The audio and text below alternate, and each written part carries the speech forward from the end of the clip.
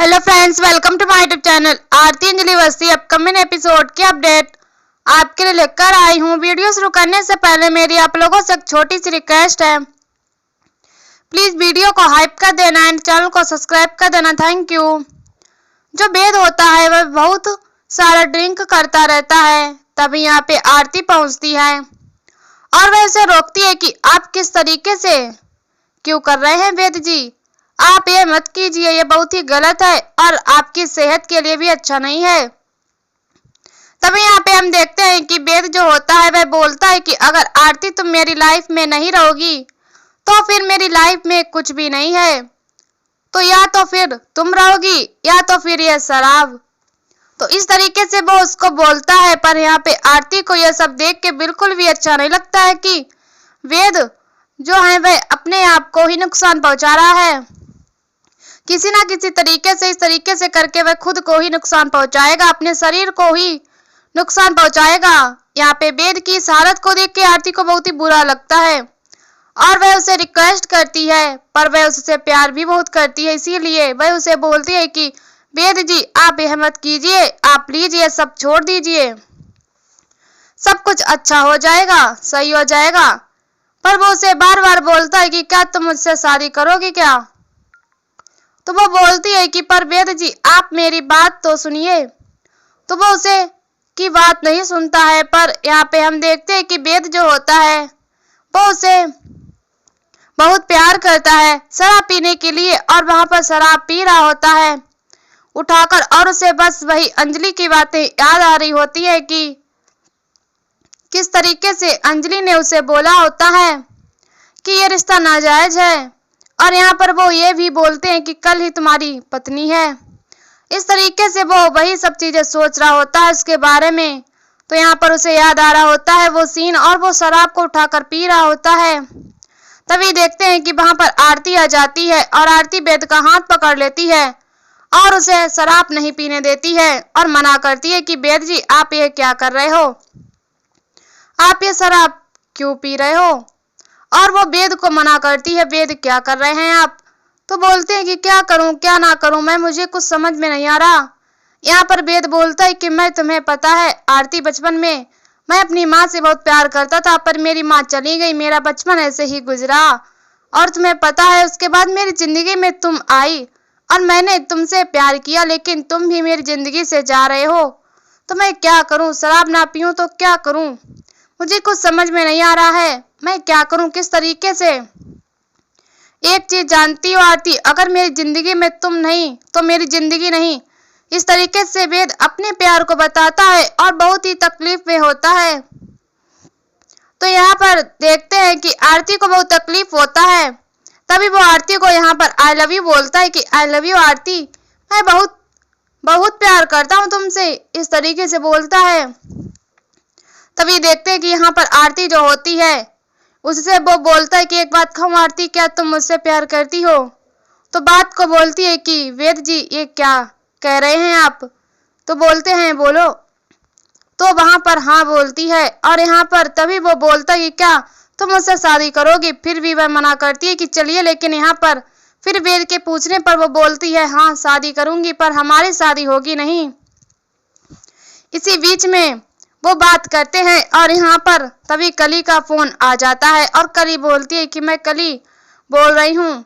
तो वेद बोलता है हाँ बोलो, और यहाँ पर तभी बोलती है कि अगर मेरा अंदाजा सही है तो मुझे लगता है कि इस समय आप आरती के साथ हैं, आप आरती के पास हो ना। तो यहाँ पर बोलते हैं हाँ तुम्हें कैसे पता। तो बोलती है सब पता है, और यहाँ पर तभी बोलती है कि यहाँ पर वेद को बोलते हैं कि आप मेरे पति हो। तो वेद मना कर देता है, बोलता है कि मैं तुम्हारा पति नहीं हूँ, और तुम भी जानती हो हमारी शादी नकली है, झूठे हैं, सब कुछ झूठा है। तो यहाँ पर वो बोलते हैं कि सब सही है तो मेरा कोई साथ दे ना दे, इस पावन नवरात्रि में एक वकील है मेरे पास जिन्होंने वादा किया है, और आपको तो मेरे पास लौट के आना ही पड़ेगा। यहाँ पर वेद बोलता है कि मैं तुम्हारे पास लौट कर नहीं आऊंगा। तभी बोलती है कि आपको आना ही पड़ेगा क्योंकि उन्होंने मुझसे वादा किया है। तो बोलते हैं कौन। तो बोलती है राजपूत परिवार, राजपूत परिवार ने तो मुझे ठोकर मार दिया, लेकिन है कोई जो इस नवरात्रि में मुझे मिला है और मेरा साथ दिया है।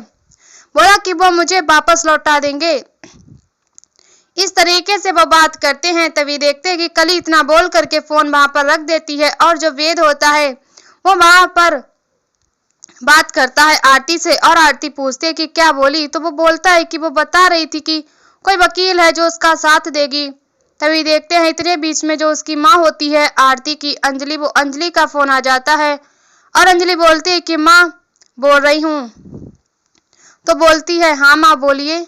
तो बोलती है कि अगर मेरा अंदाजा सही है तो तुम इस समय वेद के पास हो और तुम वापस घर आ जाओ आरती।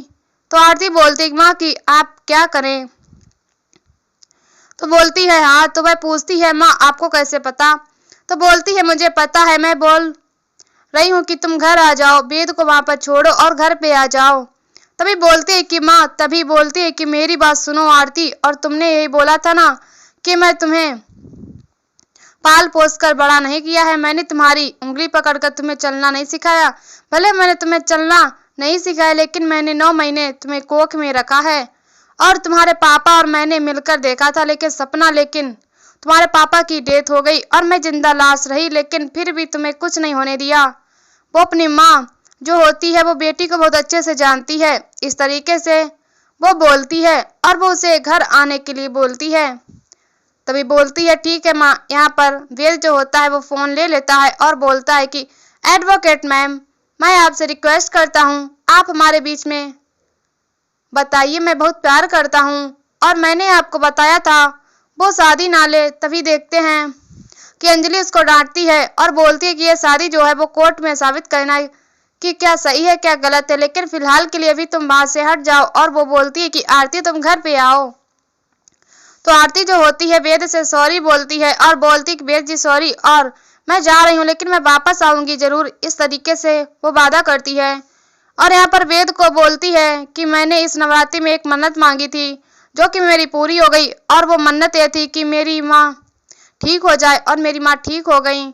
और दूसरा मन्नत यह है कि मेरा कि आप और मैं एक हो जाएं हमेशा हमेशा के। इतना बोल करके देखते हैं कि आरती जो होती है वह घर के लिए चली जाती है। यहाँ पर पद्धा जो होती है वह समझाती है और अंजलि को कि आप समझ रही हैं ना वकील दीदी, वो एक दूसरे से प्यार करते हैं, वो सिंदूर नकली है, वो शादी नकली है, वो सब कुछ नकली है। जैसे मेरा सिंदूर नकली बताया गया था, मैंने खुद वो नकली सिंदूर दिया था, वो सब ठीक है। तो यहाँ पर देखते हैं कि जो अंजलि होती है वो बोलती है कि यह सब कोर्ट में साबित होगा, लेकिन अभी के लिए मुझे उसके साथ खड़ा होना ही पड़ेगा। तो बोलती है कि किसके साथ खड़ा होने की बात करें। तो बोलती है कि कली राजवंशी वेद की पत्नी। इस तरीके से बोलकर चली जाती है। यहाँ पर पद्धा भगवान को बोलती है कि हे भगवान आप कुछ ठीक कर दीजिए, इस समय अगर माँ बेटी आमने सामने हो जाएंगे तो क्या होगा। और वो प्रार्थना करती है कि अपनी कृपा इस घर पे परिवार पे बनाए रखिए भगवान जी। हाँ दूसरी तरफ देखते हैं कि जो महक होती है वो यहाँ पर अपने पापा से बोलती है कि पापा मुझे किसी भी तरीके से अपने ससुराल जाना है, वो रिक्वेस्ट करती है। और यहाँ पर देखते हैं कि बोलते हैं कि पापा भले ही इस समय आपको मैं बेशरम लग रही हूँ, कुछ भी लग रही हूँ, लेकिन मुझे किसी भी तरीके से अपने ससुराल जाना है, क्योंकि मेरे फ्रेंड्स और रिश्तेदार सब मुझे यही देख रहे हैं कि मैं ससुराल से वापस आ गई। उनको ऐसा लगता है कि मुझ में ही कमी है, लेकिन ये तो हमें पता है ना कि क्या प्रॉब्लम हुई है, पर उनको ऐसा लगता है कि कुछ ऐसा ही है और मुझे कुछ भी करो, मुझे ससुराल जाना है। तो यहाँ पर राघव सिंह राजपूत बोलते हैं कि मैं तुम्हारी प्रॉब्लम समझ रही हूँ बेटी। वो समझने की कोशिश करते हैं और बोलते हैं कि ठीक है। तभी देखते हैं कि यहाँ पर वो बात कर रहे होते हैं कि कुछ करना ही होगा। तभी वह बोलते हैं कि पापा आपको पता है कि जो पद्धा की वकील है वो कोई और नहीं, आरती नहीं, अंजलि अवस्थी है, आप समझ रहे हैं ना। तो यहाँ पर वो बोलते हैं कि कुछ करिए। तो तभी देखते हैं कि वहां पर जो सारिका होती है वो आ जाती है और बोलती है कि अब जो कुछ भी करना होगा मुझे करना होगा, ना कोर्ट की झंझट ना पुलिस की किसी भी चीज की झंझट नहीं होगी। इस तरीके से बोलती है। तभी देखते हैं कि यहाँ पर महक के पास युवराज का कॉल आ जाता है और युवराज कॉल करता है और पूछता है कि तुम कैसी हो महक। तो महक बोलती है कि मैं बिल्कुल भी ठीक नहीं हूँ युवराज, और मुझे बिल्कुल भी अच्छा नहीं, मुझे किसी तरीके से अपने ससुराल आना है। तो यहाँ पर देखते हैं कि युवराज बोलता है कि मैं तुम्हारी प्रॉब्लम समझ रहा हूँ और मैं सब कुछ समझ करके अंजलि भाभी के पास गया था और मैं उनके हाथ पर पड़े, लेकिन उन्होंने मेरी बात नहीं सुनी।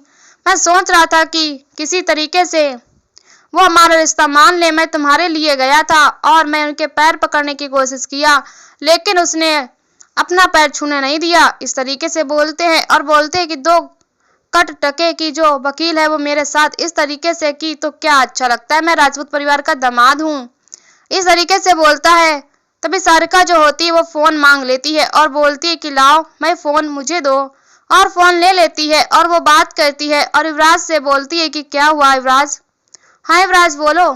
तो युवराज बोलता है कि वो मैं गया था अंजलि के घर पे और मैं उनसे हाथ पैर जोड़ के रिक्वेस्ट किया कि मेरे लिए नहीं सही महक के लिए वो माफ कर दे और इस चीज से हट जाए, लेकिन उन्होंने एक भी बात नहीं सुनी और मेरी बेइज्जती करके मुझे घर से बाहर निकाल दिया। क्या राजपूत परिवार के दामाद की यही इज्जत है? इस तरीके से मेरी बेइज्जती की गई। और यहाँ पर वो बोलते हैं। तभी सारिका बोलती है कि युवराज जो तुम्हारे साथ हुआ उन सबके लिए मैं तुमसे माफी मांगती हूँ, लेकिन उस अंजलि को तो इतनी इस तरीके से बेइज्जत किया जाए ना कि वो समझ नहीं पाएगी, और वो फिलहाल के लिए उससे माफी मांगती है और फोन रख देती है और बोलती है कि बाकी का काम कोर्ट का काम जो है वो राघव सिंह राजपूत संभाल लेंगे और जो घर का होगा वो मैं देख लूंगी। वही वो बोलते हैं कि क्या, तभी बताती है कि भाई औरतों वाला 2.5 अक्षर का काम। तो वो इस तरीके से बोलती है और बोलती है कि वेद और आरती को बुला करके उसकी धूमधाम से शादी करवाई जाएगी। और तो इस तरीके से वो वहां पर बोलती है। दूसरी तरफ देखते कि अंजलि जो होती है वो अपने कोर्ट के लिए तैयार होती है और कोर्ट का सारा जो ड्रेस होता है वह पहनती है। अपना काला कोट फिर से पहन करके वो कोर्ट में जाने के लिए तैयार होती है। यहाँ पर देखते कि जैसे वह तैयार होती है उसे अमन के साथ बिताए वो पल याद आने लगते हैं। अमन किस तरीके से उसे सिंदूर लगाया था, जिस तरीके से उसे खाना खिलाता था, वो अमन के साथ अपने प्यार के बिताए हुए पल को याद करती है और उसे अमन को याद करके बहुत तकलीफ हो रही होती है। और यहाँ पर देखते कि जो आरती होती है वो भी वहां से निकल गई होती है और अंजलि जो होती है तैयार होती है और अमन के साथ कुछ याद करने के बाद अमन का वो हादसा भी याद करती है कि किस तरह उस हादसे में किस तरीके से अमन की जान चली गई। और ये सब सोच करके वह वहां पर याद करके निकल रही होती है अपने कोर्ट के बहन को तैयार होकर कि तभी देखते हैं कि वहां पर जो उसकी बेटी होती है आरती वह वहां पर आ जाती है और आरती को देख करके तो वह बोलती है, काला कोट पहन करके देखती है तो बोलती है कि माँ। तो यहाँ पर वो बोलती है कि हाँ तुम वेद से मिलने गई थी। तुम तो यहाँ पर बोलती है कि माँ आप नहीं जानती वो शादी झूठी है, वो नकली है शादी। तो वो बताती है कि माँ वो कली जो है वो बहुत ही नमक हराम है, आपको नहीं पता माँ, मैंने उसको बचाने के लिए अपनी जान पर खेलकर उसको बचाया, लेकिन फिर भी वह कली नमक हराम निकली। तो इस तरीके से बोलती है कि वह शादी निकली, पद्मा मौसी ने तो उसको बताया है ना। तभी यहाँ पर देखते हैं कि आरती को अंजलि समझाते हुए बोलती है कि जो कुछ भी है वह कोर्ट में साबित करना, फिलहाल के लिए भी वह उसकी पत्नी है। तो यहाँ पर वो बोलती है कि माँ आप किस न्याय के बारे में बोल रही, किस कोर्ट के बारे में बोलें, यही काला कोट पहन करके मेरे पापा की जान गई थी और आप जिंदा लाश बन गई थी, किस न्याय के बारे में बात कर रही है माँ। इस तरीके से वो बोलती है और यहाँ पर अंजलि जो होती है उसको एहसास होता है, वो बोलती है कि यही काला कोट की वजह से मेरी माँ जिंदा लाश हो गई थी और मेरे पापा की जान चली गई थी। तो आज के एपिसोड में इतना ही फ्रेंड्स, मिलते हैं आपसे नेक्स्ट एपिसोड में, जहाँ पर देखेंगे कि आरती और वेद की शादी कराने के लिए सारिका एक नई चाल चलेगी, जहाँ पर वो अंजलि को आरती के खिलाफ भड़काने की कोशिश करेगी और यहाँ पर अंजलि जो होती है वह उस कली का केस लड़ते हुए नजर आएगी और कली अंजलि को कोर्ट में देख कर शॉक्ड हो जाती है कि यह तो उसकी माँ है। और यहीं पर एपिसोड खत्म हो जाता है। ऐसी वीडियो देखने के लिए हमारे चैनल को सब्सक्राइब करें, वीडियो को हाइप करें और हमें कमेंट में बताओ वीडियो कैसे लगी। तब तक के लिए बाय बाय।